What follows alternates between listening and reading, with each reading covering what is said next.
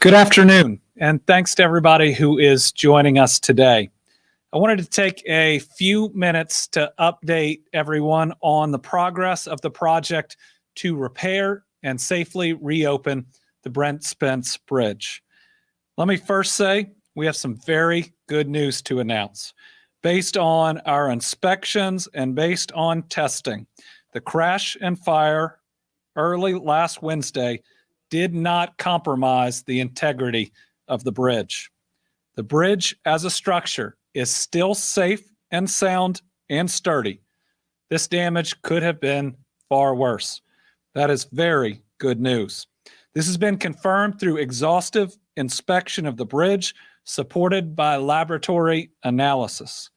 Jim Gray, the Secretary of the Kentucky Transportation Department, will go into greater detail about that shortly. But I want everybody out there to understand that we have moved with deliberate speed to get this bridge inspected and actually had different groups there on site during the inspection to start designing the repairs. We had to identify specific areas needing those repairs and replacement, get a detailed plan for those repairs, and procure a contractor for the job. But when I say deliberate speed, we are going to ensure safety. Safety has not, is not, and will not be compromised. And even with that being our guiding principle, at this time, I can announce our target date for reopening the Brent Spence Bridge is December the 23rd. We had a sturdy bridge before the crash on Wednesday, and we will have one again once the repair work is done. The public will be able to drive on that bridge again with full confidence. I'm going to turn it over to Secretary Gray now for a further explanation of where we are. Jim?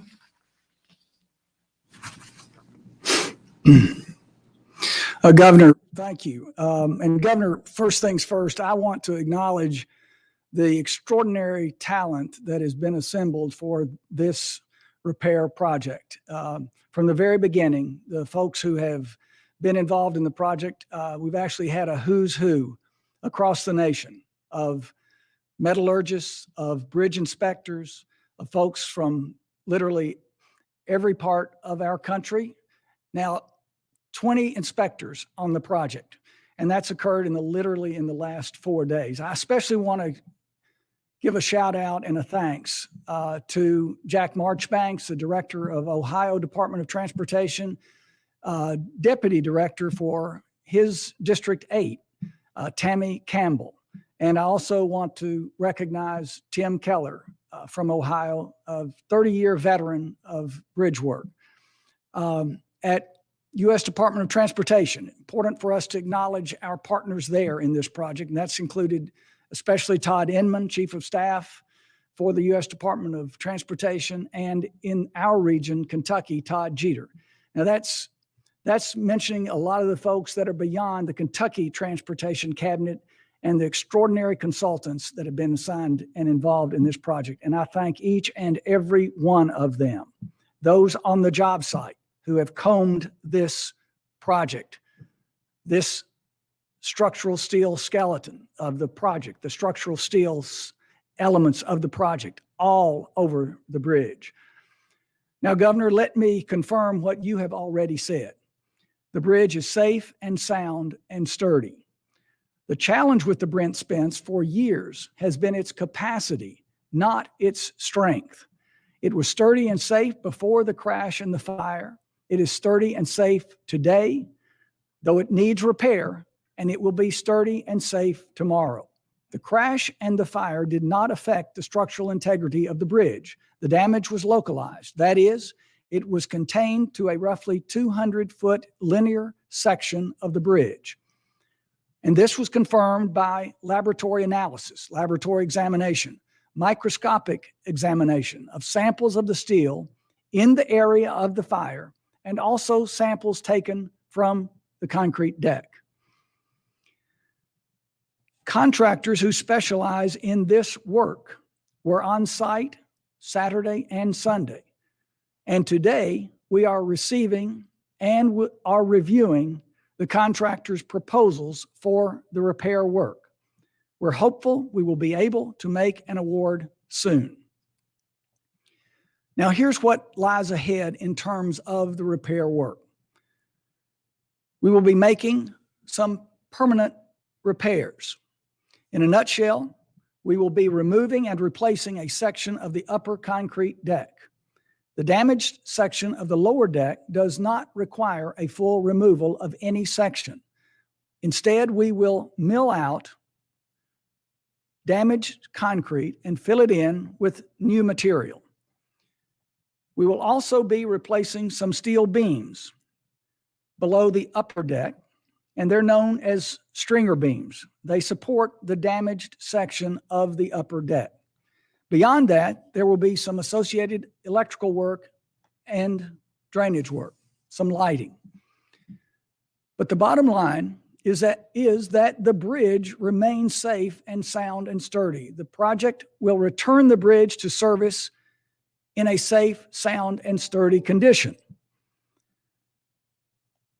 Let me conclude by saying again, the Brent Spence is safe, always been safe. The issue has been capacity. The bridge was designed to carry 80 to 100,000 vehicles a day. It now carries twice that amount.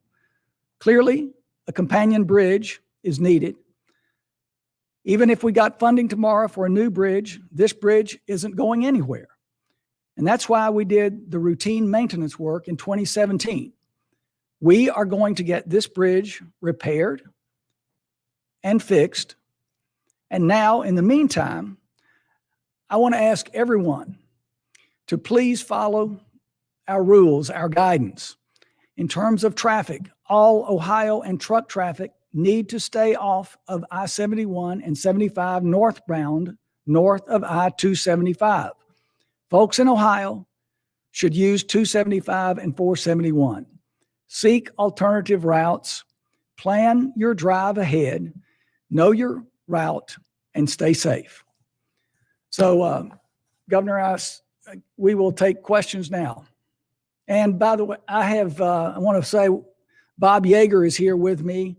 Bob Yeager is our District 6 seasoned Chief District Engineer. And he's here and available for some questions as well. Great. Thank you to the whole team. Folks, now you have the good news that the structural integrity was not damaged. You have a timeline where we believe we can get this bridge reopened by December 23rd. I know for many of you that use it on a daily basis, it seems like a long way away, but it could have been much, much worse. And I believe that we are only going to be in that position because of great work on both sides of the river and everyone knowing how important it is to make sure this is done safely, but also as quickly as it can be done while still being safe. There were certainly some moments where we were concerned that there could have been significantly more damage. So I think today is pretty good news. I'd ask everyone, have patience. It's hard to repair something this big and this massive in a shorter time period than we gave you, and continue to prepare for the disruption and plan for it. Again, this is 2020. It seems like there's a new disruption just about every day. So with that, we'll open it up for questions. I think we have Molly Lair from WLWT News 5. Hi, Governor. As we are advising Cincinnatians and Northern Kentuckians to take 471, what are the thoughts on traffic enforcement there? If you're from this area and you drive that road really any time, you're seeing a lot more people on the road, people who are frustrated by the backups, a lot of starting and stopping that's happening. So it looks as if there could be crashes at any moment. So what is being done to keep that area safe so we don't have another bridge shut down as a result of perhaps a traffic crash? I'll turn this over to Jim for some of the specific plans, but to everyone out there, please have patience. This was a major accident with an incredibly hot fire. We want to make sure that when you are back on the Brent Spence, you are safe. But until then, yes, you're going to have to go through longer commutes. You're going to have to go through some of that frustration, plan for it, prepare for it, change the hours that you travel. You can impact the amount of frustration that you experience or don't based on that. Jim? Governor, you actually very well.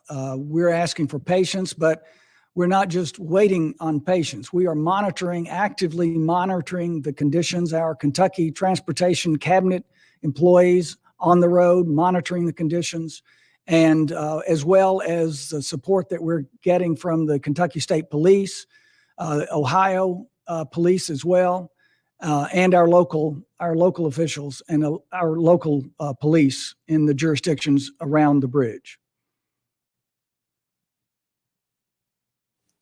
Next is Bill Reinhardt from Cincinnati Public Radio.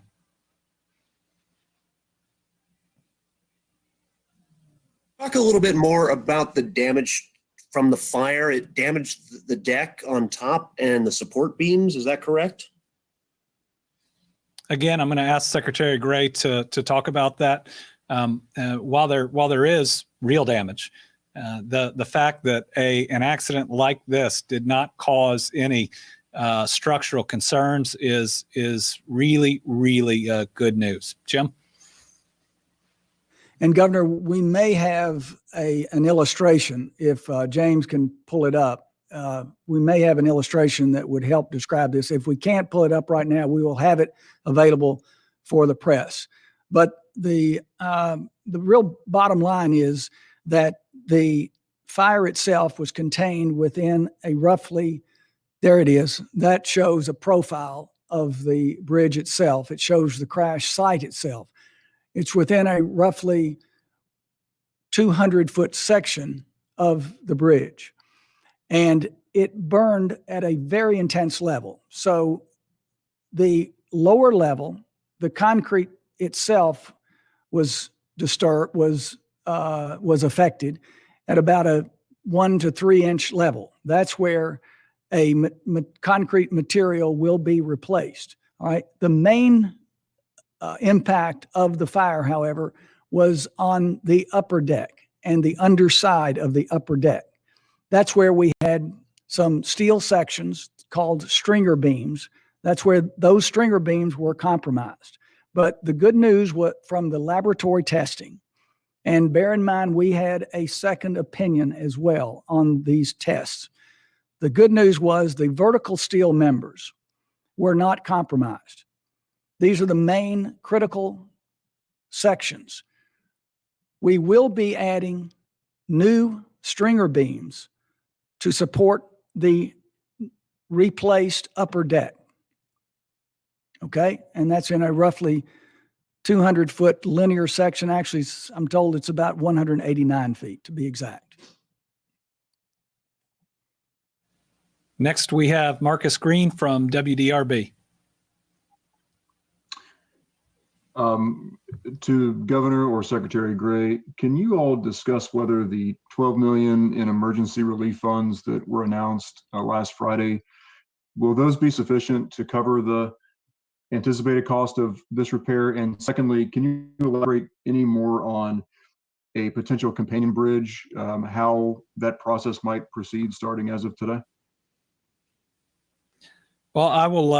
I'll defer the cost questions to Jim.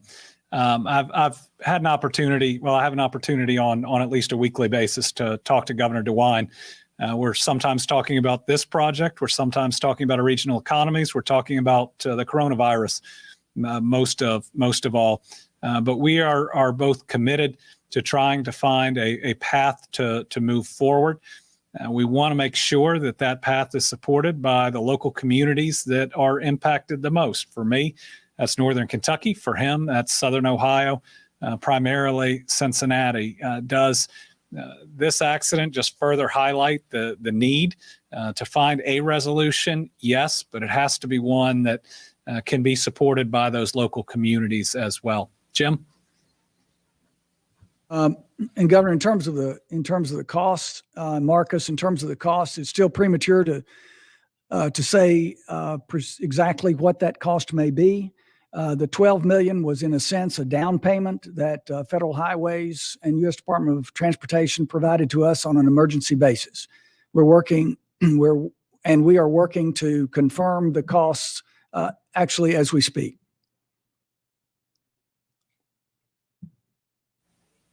Next is Karen Czar from WUKY. Thank you, Governor. When will repairs actually start? And for a lot of our listeners here in Central Kentucky who don't use that route regularly, but will be using it on occasion coming up on the weekend, they've been asking, what can they expect the current delay times to be and what are the best times to travel? Well, repairs are going to start, I believe, almost immediately. I'll turn it over to Jim.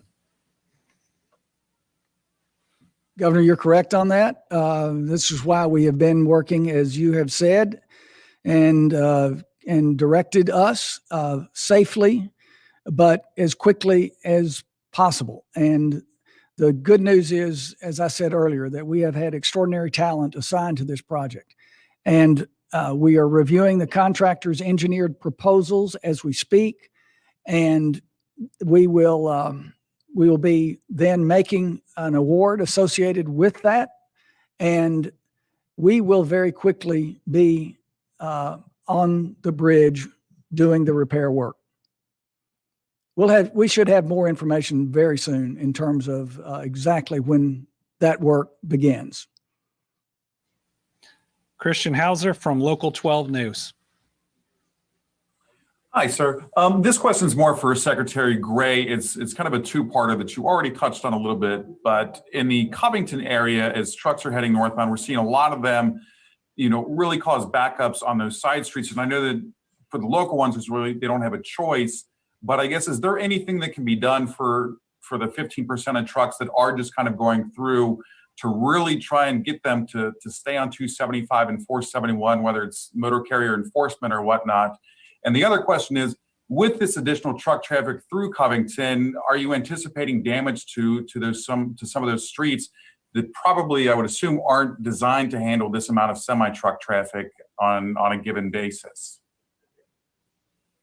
For two questions, and I'm gonna comment on one of them, and then I'm going to ask Bob Yeager, our Chief District Engineer, to comment, because Bob is a veteran of 48 years in this district, and he knows the traffic patterns very well in these issues. But I'll say that in terms of enforcement, we're certainly looking at options. We are monitoring the conditions.